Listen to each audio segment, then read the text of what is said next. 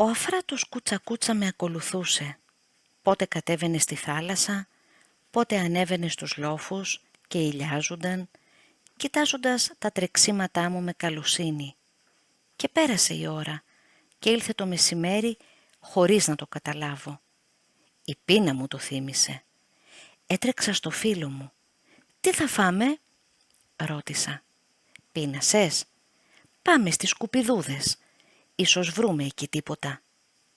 Πήγαμε λοιπόν στη χώρα και ο Αφράτος μπήκε σε μια μάντρα περικλεισμένη με ξύλινα κάγκελα και γεμάτη χώματα, πέτρες, παλιόχαρτα και σκουπίδια. Εδώ έρχονται οι κυράδες και αδειάζουν τα ζεμπίλια τους, ώσπου να περάσει το κάρο της δημαρχίας και να πάρει τα σκουπίδια, είπε. «Ας περιμένουμε λίγο». Και το όντι, μια-μια, κατάφθαναν οι σκουπιδούδες της συνοικίας. Ήταν πρώτη φορά που έβλεπα αυτό το θέαμα. Οι αραπίνες βαστούν όλα τους τα φουρτία στο κεφάλι.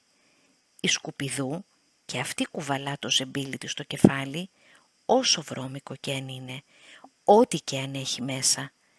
Περνά κάθε μέρα από τα σπίτια της πελατείας της, αδειάζει τους τενεκέδες των σκουπιδιών στο ζεμπίλι της, ύστερα το παίρνει στο κεφάλι και πηγαίνει και το αδειάζει σε μια μάντρα της γειτονιάς, όπου γίνεται πρώτα το ξεδιάλεγμα. Και ύστερα έρχεται το κάρο της δημαρχίας και τα μαζεύει τσάτρα, πάτρα, αλαράπα, δηλαδή αφήνοντας αρκετά σκουπίδια σκορπισμένα ολόγυρα. Έφτασε λοιπόν πρώτα μια, ακούμπησε το φορτίο της χάμω και ανακούρκουδα πλάγι στο ζεμπίλι της, άρχισε να σκαλίζει μέσα, ζητώντας αποφάγια για τον εαυτό της. Την είδα να μαζεύει μια χούφτα μακαρόνια και να τρώγει λέμαργα. Σκάλισε πάλι, αδειάζοντας και μερικά σκουπίδια χάμου, μα δεν βρήκε πια τίποτα. Και παραντώντας το ζεμπίλι της, πήγε να κουβεντιάσει με άλλες σκουπιδούδες που κατάφθαναν και σαν κι αυτήν γύρευαν καμιά βούκα φαγή ανάμεσα στα αυγότσοφλα και μπανανόφυλλα και άλλα απορρίμματα. Ο Αφράτος μου έκανε νόημα και σιγά σιγά σίμωσε το παρατημένο ζεμπίλι. Εγώ κοίταζα τις σκουπιδούδες που σκάλιζαν στα δικά του ζεμπίλια, μιλώντας όλες μαζί, και που έτρωγαν κάπου κάπου καμιά βούκα. Μου ήλθε μια μπούφα ξυνήλας από τα χυμένα σκουπίδια. «Πώς μπορούν», είπα ιδιασμένος. Ο Αφράτος με κοίταξε με καλοσύνη. «Κι εμείς τέτοια θα φάμε», είπε, και έβαλε τη μύτη του μέσα στο ζεμπίλι. Δεν ήθελα να κάνω τον ακατάδεκτο. Πήγα κοντά του, άρχισα να σκαλίζω μαζί του. Εκείνος βρήκε ένα κόκαλο, το πήρε στο χώμα και άρχισε να το σπάζει με τα δόντια του. Εγώ βρήκα άλλο ένα. Μα τόσο μύριζε από σκουπίδια που δεν μπόρεσα να το φάγω. Το παράτησα χάμω και πήγα και στάθηκα στο απέναντι μέρος της μάντρας. Ο Αφράτος με ακολούθησε με λυπημένα μάτια. «Δεν έμαθες ακόμα τι θα πει πείνα, μάγκα», είπε. «Άνθρωποι καταδέχονται εκείνα που απορρίχνεις εσύ».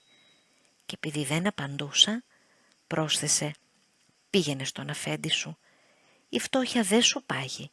Είσαι πολύ καλομαθημένος. Πήγαινε πίσω στο σπίτι σου». Μου ήρθε να κλάψω. Ήμουν λυπημένος όσο και αυτός και ακόμα πιο στενοχωρημένος. Μα δεν μπορούσα να φάγω αυτά τα βρώμικα κόκαλα. Ντροπιασμένος τον ρώτησα, «Με περιφρονείς που δεν τρώγω?» «Γιατί να σε περιφρονήσω», είπε εκείνος με καλοσύνη. «Επειδή είσαι καλομαθημένος. Βλέπω μόνο πόσο διαφορετικοί είμαστε. Εσύ είσαι αριστοκράτης και εγώ του δρόμου σκύλος». «Μη μιλάς έτσι», αναφώνησα. «Είσαι καλύτερός μου». «Καλύτερός σου? Είμαι αλλιώτικος από σένα, πιο χοντρομαθημένος, τίποτε άλλο. Και επειδή είμαι πιο χοντρομαθημένος, ίσως είμαι δυνατότερός σου, όσο και αν τα κόκαλά μου τρυπούν το δέρμα μου. Γιατί δεν έχω αηδίες, βαστώ σε κακοπάθεια, εκεί που θα πεθάνεις εσύ. Κι έτσι είμαι πιο ανεξάρτητος από σένα, μα όλα αυτά δεν με κάνουν καλύτερό σου. Είσαι υπερήφανος, δεν παραπονιέσαι, είπα κατσουφιασμένος. Γιατί να παραπονεθώ? Το παράπονο θα μου δώσει τάχα ψωμί. Έπειτα εγώ δεν έζησα ποτέ καλύτερα. Ένα πράγμα μου έμαθε η ζωή, πως ο καθένας ζει κατά την αξία του. Εγώ δεν αξίζω καλύτερα. Είδες πως χθες μου έφαγε ο άλλος το ψωμί που έπεσε στους βράχους. Τι λοιπόν, να χάνω την ώρα μου σε παράπονα? Τον άκουγα συλλογισμένος.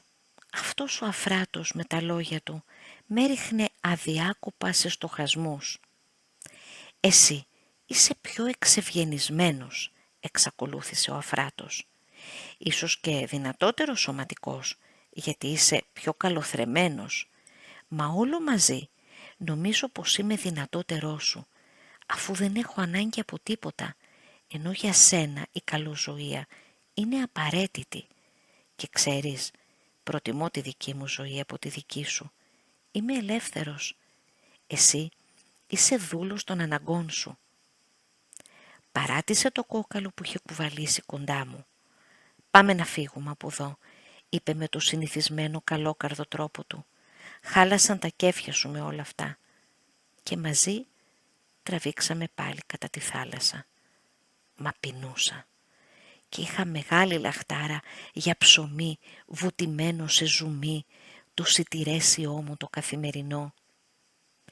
Περνούσαμε από αράπικη συνοικία, όπου τα σπίτια, λασποχτισμένα, ριχμένα άτακτα το ένα πλάγι στο άλλο, μοιάζουν κύβοι κακοκομμένοι και χωρισμένοι από στενούς, στραβοδίβολους δρομίσκους. Απαντούσαμε αραπάδες σε κάθε βήμα που μας κοίταζαν με περιέργεια. Ένας μάλιστα γύρισε πίσω και μας ακολούθησε και κάθε φορά που σταματούσα με πλησίαζε σιγά σιγά από πίσω. Μα με είχε προειδοποιήσει ο Αφράτος πως θα ζητήσουν να με πιάσουν και πρόσεχα. «Να και ένα άλλο καλό της κακομοιριάς μου», είπε καλόκαρδα. «Πρόστιχος και άσχημος όπως είμαι, δεν με επιβουλεύεται κανένας και δεν φοβούμαι να με χμαλωτήσουν».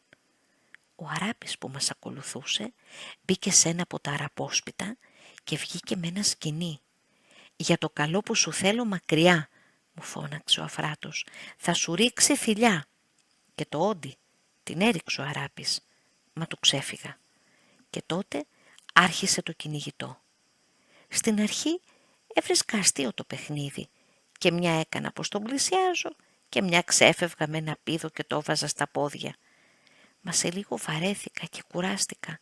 Πεινούσα, διψούσα, συχαίνομουν τον αράπη που μύριζε αραπίλα, σαν όλους τους μαύρους που έχουν ιδιαίτερη βαριά μυρωδιά. Συχαινόμουν τα γυμνά του πόδια, τα βρώμικα σπίτια του, που κάθε λίγο έβγαζαν τσίκνα από καμένο λάδι και που απ' όλα ξεθύμαινε μια βόχα από κλεισούρα και ανθρωπίλα. «Τι αηδέστατος τόπος είναι τούτος», είπα γρινιασμένος, και θυμήθηκα την Ντέιζη και την αντιπάθειά της για ό,τι ήταν αιγυπτιακό.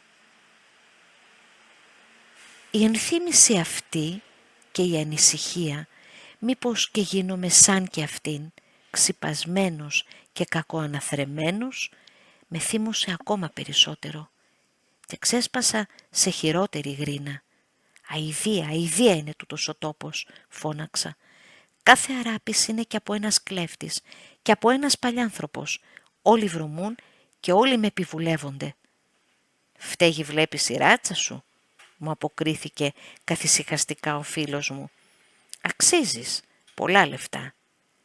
Ήμουν τόσο απογοητευμένος που δύσκολα βαστούσα τα κλάματα. Εκείνη την ώρα μου ξανά ρίξε ο αράπης τη θηλιά. Φουρκίστηκα και όρμησα στα γυμνά πόδια του και μια στιγμή έγινε κάποια χασμωδία. Αραπάκια πέταξαν τις φωνές και έτρεξαν έξω στα σοκάκια και τρόμαξαν κάτι αραπίνες που βγήκαν από τα χωματόσπιτα και άρχισαν να βρίζουν τα παιδιά και όλοι μαζί μου έριχναν πέτρες. Ξέφυγα τρεχάτος και βγήκα από την αράπικη συνοικία και πήρα έναν πλατή δρόμο που κατέβαινε στη θάλασσα. «Δεν μπορώ πια, δεν μπορώ πια», φώναξα του Αφράτου που κατάφθανε κουτσένοντας. «Πίστεψέ με», μου είπε εκείνος, «πήγαινε πίσω στον αφέντη σου. Ούτε 3 μέρες δεν θα βαστάξεις αυτή τη ζωή». Αχ, και να ήξερε πόσο νοσταλγούσα το σπιτάκι μου και τη σούπα μου. Μ' έπιασε απελπισία. «Δεν μπορώ», του είπα, «φοβούμαι, θα με σκοτώσουν».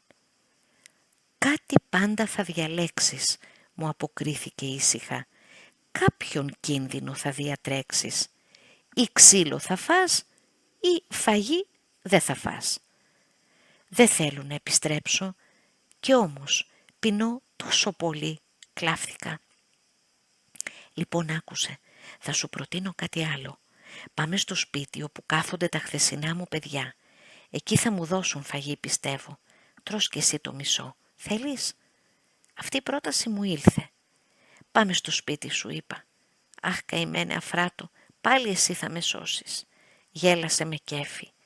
«Μόνο τη ζαχαρένια σου να μη χαλνάς», είπε, «και έννοια σου. Όλα τα άλλα διορθώνονται».